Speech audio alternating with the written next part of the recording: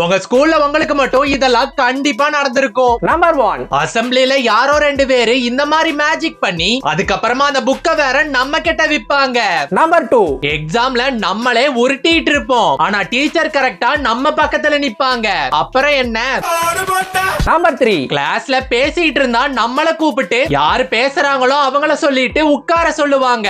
Number 4, உங்க teacher கடுப்பா பேசினாலும் அந்த ஒரு பையன் மட்டும் கிளாஸ் மொத்தத்தையும் சிரிக்க வச்சிருவான். நம்பர் 5, நீங்க ஃப்ரெண்டோட பேசும்போது திடீர்னு டீச்சர் வந்து நான் என்ன சொன்னேன்னு உங்கள்கிட்ட கேட்பாங்க.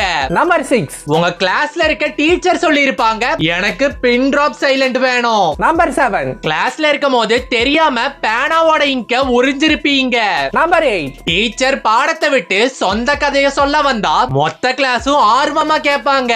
நம்பர் 9, கிளாஸ்ல டீச்சர் படிக்க சொன்னா நீங்க எந்த பேரான்னு எண்ணி பார்த்திருப்பீங்க.